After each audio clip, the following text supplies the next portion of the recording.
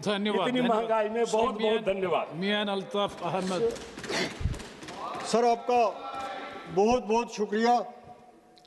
मैं ऑनरेबल जो हमारी फाइनेंस मिनिस्टर साहिबा हैं उनको मुबारकबाद भी देता हूं कि इतने बड़े देश की जिस बेहतर तरीके से ये फाइनेंशियल मैनेजमेंट कर रही हैं, इस सिस्टम को चला रही हैं,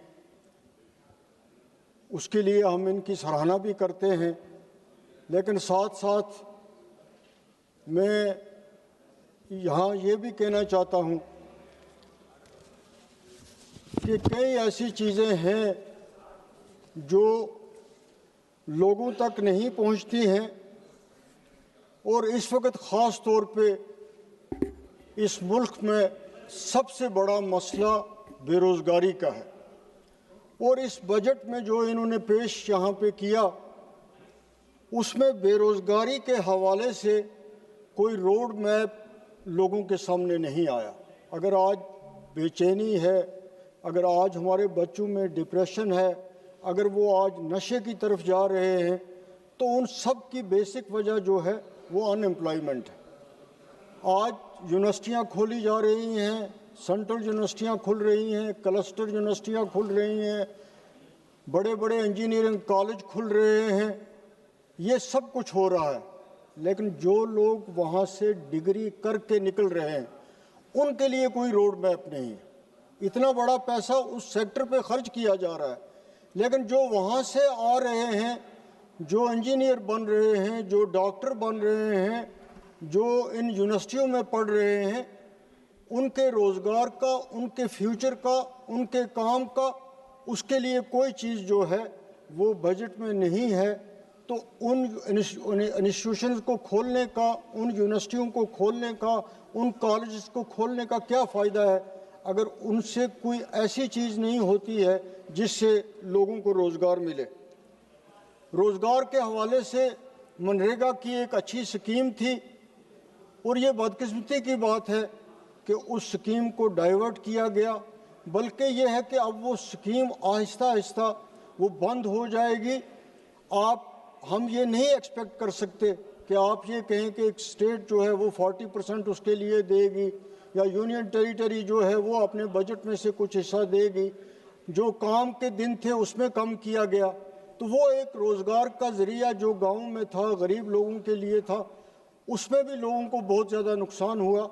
और मैं तवक्का रखता था कि जो इसमें चेंज की गई उसके बाद फाइनेंस मिनिस्टर साहिबा लोगों के जज्बात देख के, पॉलिटिशियंस के, पार्लियामेंटेरियंस का जवाब देख के, वो जो रिजेंटमेंट उस कानून के ख़िलाफ़ थी वो इस बजट में उसको रेक्टिफाई करेंगी। लेकिन उस सिलसिले में भी कुछ नहीं हुआ।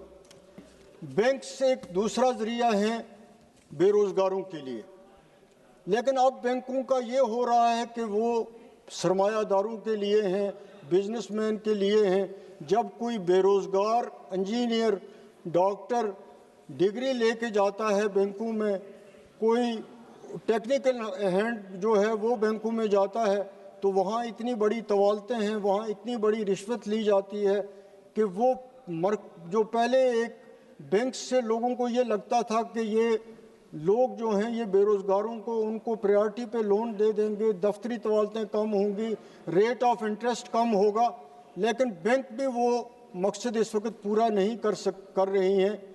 Bank, state bank of India को देखिए, हमारे जम्मू कश्मीर बैंक की हालत ये है कि उस बैंक में अब स्टाफ रहा ही नहीं है।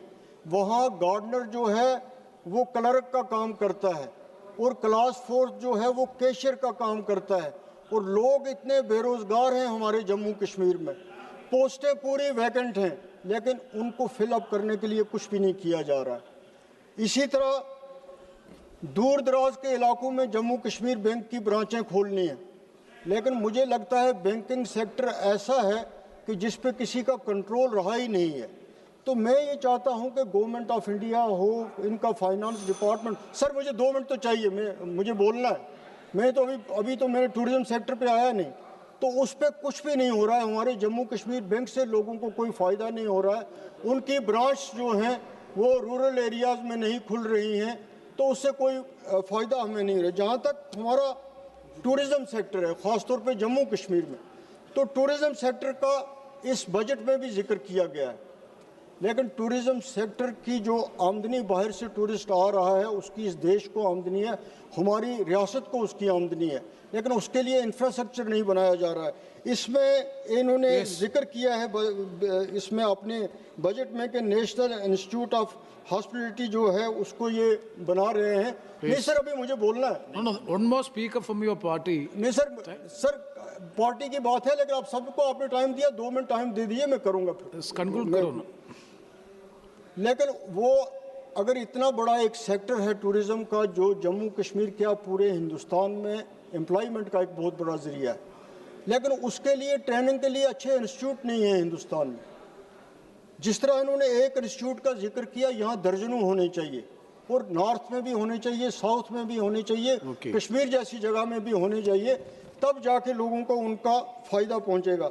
यहाँ एग्रीकल्चर सेक्टर का जिक्र किया है, शीप का जिक्र किया, एनिमल हस्बेंड्री का किया। हमारे कश्मीर में हार्टिकल्चर इंडस्ट्री जो है, सेब जो है, या शीप की बात है, एनिमल हस्बेंड्री की बात है, जब तक उसको इंश्योरेंस कवर नहीं देंगे, क्रॉप इंश्योरेंस नहीं होगी, ख़ास तौर पे हार्टिकल्चर सेक्टर के लिए, कश्मीर में एग्रीकल्चर सेक्टर के लिए, तब तक उस इंडस्ट्री को कोई फ़ायदा नहीं हो सकता, क्योंकि वहाँ पे जब भी कभी आंधी आती है, तूफान आता है, तो लोगों के लाखों रुपए के तबाह हो जाते हैं। इसी तरह एनिमल और शीप हस्बेंड्री का सर एक मिनट, एनिमल और शीप, गरीब लोगों की बात करने दीजिए, जो उनके लिए उस लाइफ स्टॉक को इंश्योरेंस कवर मिलना चाहिए। गरीब लोग जो हैं उनका गुजारा इसी पे है, अमीर के लिए नहीं। श्री सौगत राय जी, लास्ट सेंटेंस देखिए, हम दिन में इसीलिए बैठे रहे यहाँ पे, हमें 2 मिनट नहीं, आप मुझे बोलने ही नहीं देते तो मैं क्या कहूँ। Yes, Saugata Roy ji please. Thank you sir. Sir इनको बैठेंगे, मैं तो एक मिनट से कंक्लूड करो। आपने कंक्लूड करूंगा ना, मैं कंक्लूड करूँ, 1 मिनट से कंक्लूड करो। मैं कंक्लूड करूंगा, मुझे कंक्लूड करने दीजिए, एक हमारा गुलमर्ग टूरिस्ट स्पॉट है, बहुत फेमस स्पॉट, वहाँ लीज का मसला है, उस पर कुछ नहीं हो रहा है। ट्राइबल्स का बड़ा जिक्र किया गया है इस बजट में, लेकिन ट्राइबल्स के लिए कोई प्रोग्राम नहीं है, कोई प्लानिंग नहीं है, उस पैसे की कोई मॉनिटरिंग नहीं हो रही है जो हिंदुस्तान में ट्राइबल्स को दिया जा रहा है। उसके कंट्रोल करने के लिए, उसको स्पेंड करने के लिए कोई तरीक़ेकार नहीं है। ये मैं आपकी नोटिस में भी लाना चाहता हूँ। वो सिर्फ पब्लिसिटी की हद तक है, इसके अलावा sir Sir, I rise to speak on the budget.